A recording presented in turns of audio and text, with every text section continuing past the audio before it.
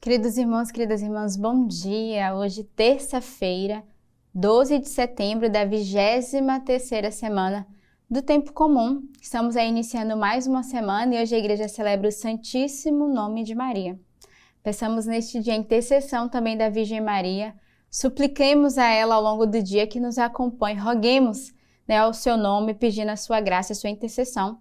E iniciando esse mês de setembro, mês da palavra, mês da Bíblia, em que a igreja nos convida a meditarmos diariamente. E a comunidade vos proporciona, através da nossa igreja, a Lexio Divina, que é a leitura orante da Palavra de Deus, que é a meditação da liturgia da igreja. E aí você já está nessa intimidade, nessa união com o Senhor, para quando estiver na Santa Missa, já com o vosso coração preparado à escuta da Palavra de Deus. E também esse desafio que eu lancei no início do mês, eu quero continuar lançando, a oferecer a Palavra de Deus, oferecer o compêndio da Lexio Divina, a pessoa mais próxima de ti que ainda não vive esse método de oração, esse método orante da sua palavra, que é a Lexio Divina. Então, não perca a oportunidade nesse mês de ser um grande evangelizador da sua palavra. A primeira leitura de hoje é retirada da carta de São Paulo aos Colossenses. Assim como recebestes a Cristo Jesus, o Senhor, assim nele andai, arraigados nele, sobre ele edificados e apoiados na fé, como aprendestes e transbordando em ação de graças. Tomai cuidado para que ninguém vos escravize por vãs e enganosas especulações da filosofia, segundo a tradição dos homens, segundo os elementos do mundo e não segundo Cristo, pois nele habita corporalmente toda a plenitude da divindade. E nele fostes levado à plenitude. Ele é a cabeça de todo principado e de toda autoridade. Nele fostes circuncidados por uma circuncisão, não feita por mão de homem, mas pelo desvestimento da vossa natureza carnal. Essa é a circuncisão de Cristo. Fostes sepultados com ele no batismo. Também com ele ressuscitastes pela fé no poder de Deus, que o ressuscitou dos mortos. Vós estáveis mortos pela vossa falta e pela incircuncisão da vossa carne, e ele vos vivificou juntamente com Cristo. Ele nos perdoou todas as nossas faltas, apagou em detrimento das ordens legais o título de dívida que existia contra nós, e o suprimiu pregando na cruz, na qual ele despojou os principados e as autoridades, expondo-os em espetáculo em face do mundo, levando-os em cortejo triunfal.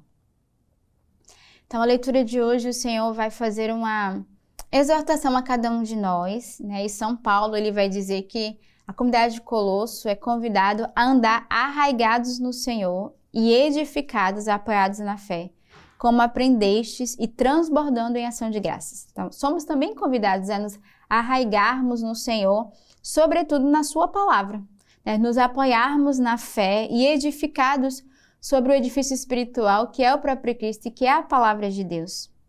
Tomai cuidado para que ninguém vos escravize por vãs e enganosas especulações da filosofia, segundo a tradição dos homens ou segundo os elementos do mundo. Então, o Senhor vai nos convidar a vigiarmos sobre tudo que o mundo vai nos desviar dessa vida espiritual e da sua presença. E ele vai dizer, cuidado para não seguir falsas doutrinas, não seguir falsas filosofias e não seguirmos o próprio Senhor. Ele vai dizer, cuidado para não seguir segundo a vontade de Deus e seguir a vontade do mundo. Então, é uma exortação a cada um de nós nesse dia. E aí ele continua dizendo, foste circuncidado por uma circuncisão não feita por mão de homens, mas pelo desvestimento da vossa natureza carnal. Isso é a circuncisão de Cristo. Fostes sepultados com ele no batismo e também com ele ressuscitastes. Então, o Senhor que nos convida a essa mudança do nosso coração. E uma vez batizados no Senhor, somos convidados e fazemos parte da sua promessa, né? Com ele também ressuscitaremos. Então, peçamos ao Senhor neste dia a graça de ter o nosso coração inteiramente unido a Deus, uma vida espiritual autêntica e deixar que o Senhor, ele seja o Senhor da nossa vida. Ele venha reinar e nos iluminar segundo a sua vontade. O salmo de hoje é o Salmo 144. Eu te exalto, ó Rei meu Deus, e bendigo o teu nome para sempre e eternamente. Vou te bendizer todos os dias e louvar teu nome para sempre e eternamente. O Senhor é piedade e compaixão, lento para a cólera e cheio de amor. O Senhor é bom para todos, compassivo com todas as suas obras. Que tuas obras todas te celebrem, o Senhor, e teus fiéis te bendigam. Digam da glória do teu reino e falem das tuas façanhas. Então, o salmista, eu te exalto, ó meu rei. Somos convidados a exaltar e bendizer ao Senhor todos os dias da nossa vida. Então, você é convidado a dar o seu louvor nesse dia, a agradecer ao Senhor, a fazer memória, né, a lembrar as graças, mas também agradecer até pelos sofrimentos e provações que nós passamos, pois o Senhor nos permite passarmos por tudo isso para estarmos mais ainda unidos a Ele. E Ele vai lembrar que o Senhor, Ele é piedade e compaixão, o Senhor é misericordioso. E olha que bonito, é uma frase que eu gosto muito do Salmo, Ele é lento para a cólera e cheio de amor. Ou seja, há muito mais amor no coração do Senhor do que a sua ira, a sua cólera sobre nós, sobre o nosso pecado. Então, o Senhor é tão misericordioso que Ele é lento até para se irritar conosco, mas Ele é cheio de amor, de compaixão, Ele é compassivo com todas as suas obras. Então, neste dia, não podemos ser filhos ingratos, não podemos não reconhecer a bondade do Senhor e a sua fidelidade no meio de nós. O evangelho de hoje é retirado do livro de São Lucas.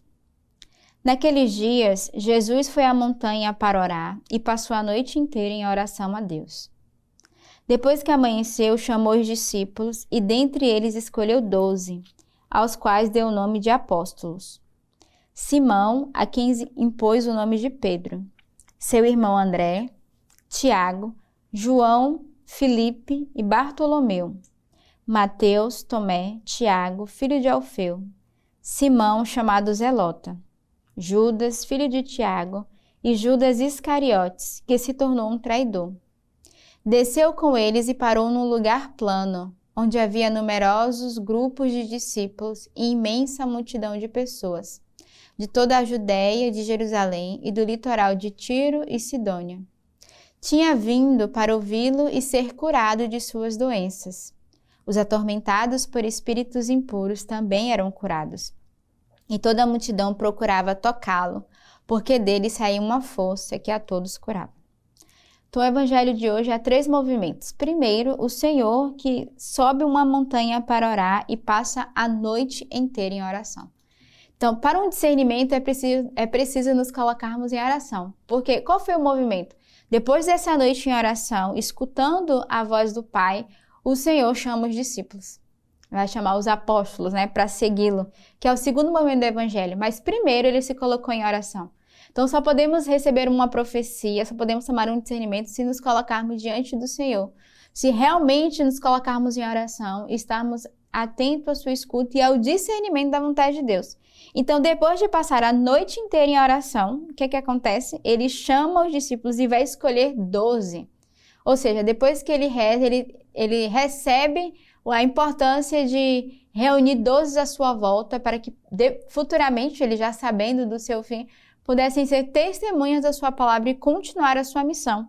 Então, ele vai escolher 12, o qual ele vai chamar de apóstolos, e esses 12 vão acompanhar o Senhor ao longo de toda a sua caminhada. E muitos deles vão se tornar mártires depois, mas são aqueles escolhidos por Deus que ele recebeu em oração no coração. E aí, depois que ele chama esses 12, ele vai descer com os seus discípulos e ali ele vai começar a realizar, né, o seu mistério, vai começar a realizar a sua graça, as suas curas e seus milagres. E quando ele desce, a multidão toda em volta vai parar para escutar o Senhor e vai viver, né, as curas das suas doenças, aqueles que são atormentados, né, por espíritos impuros. E toda a multidão desejava tocar no Senhor para viver essa graça. Então, ele só pôde manifestar o seu ministério depois de um autêntico momento de oração e de intimidade com Deus, depois de não só viver sozinho, porque ele se deu conta da importância de não viver só, mas de ter ali à sua volta discípulos e seguidores que pudessem também testemunhar e depois dar continuidade à sua missão. Hoje, como eu falei no início da nossa Lex Divina, é o dia do Santíssimo Nome de Maria. É uma festa do Santo Nome de Maria, ou simplesmente, como é chamado, Santo Nome de Maria. É uma festa da Igreja Católica que se celebra no dia 12 de setembro. Foi instituída como festa universal pelo bendito Papa Inocêncio XI, para comemorar a vitória sobre os turcos na Batalha de Viena, em 1683. A festa celebra o nome de Maria, Mãe de Jesus. Inicialmente, a festa do Santíssimo Nome de Maria era apenas realizada na Espanha, quando foi instituída em 1513. Era inicialmente comemorada em 15 de setembro. Entretanto, em 1587, o Papa Sisto V mudou o dia da celebração para 17 de setembro. O Papa Gregório XV estendeu a festa para a Arquidiocese de Toledo. E em 1666, os carmelitas descalços receberam a permissão para recitar o ofício do nome de Maria 4 vezes por ano. Posteriormente, em 1671, a festa foi estendida para toda a Espanha.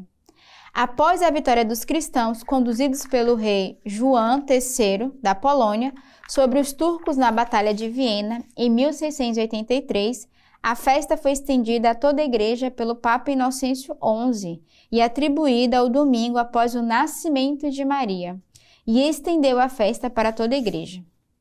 Segundo os etimologistas, o nome Maria pode ter vindo da raiz Mary, que na língua egípcia significa amada. Outros dizem que provém do siriaco, que quer dizer senhora. Mas a probabilidade maior é a que veio do hebraico, e por ter vários significados: gota do mar, estrela do mar, esperança excelsa ou sublime. Não importa, contudo, o real significado do nome, mas o que se tornou a partir do momento em que a mãe do Redentor recebeu. Poderoso é este nome que deve ser invocado sempre em todas as nossas necessidades.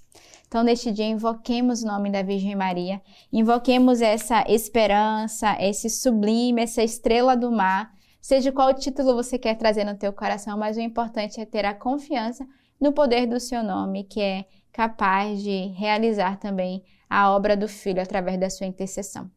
Então, neste início de semana, tenhamos uma bela terça-feira e que Deus os abençoe.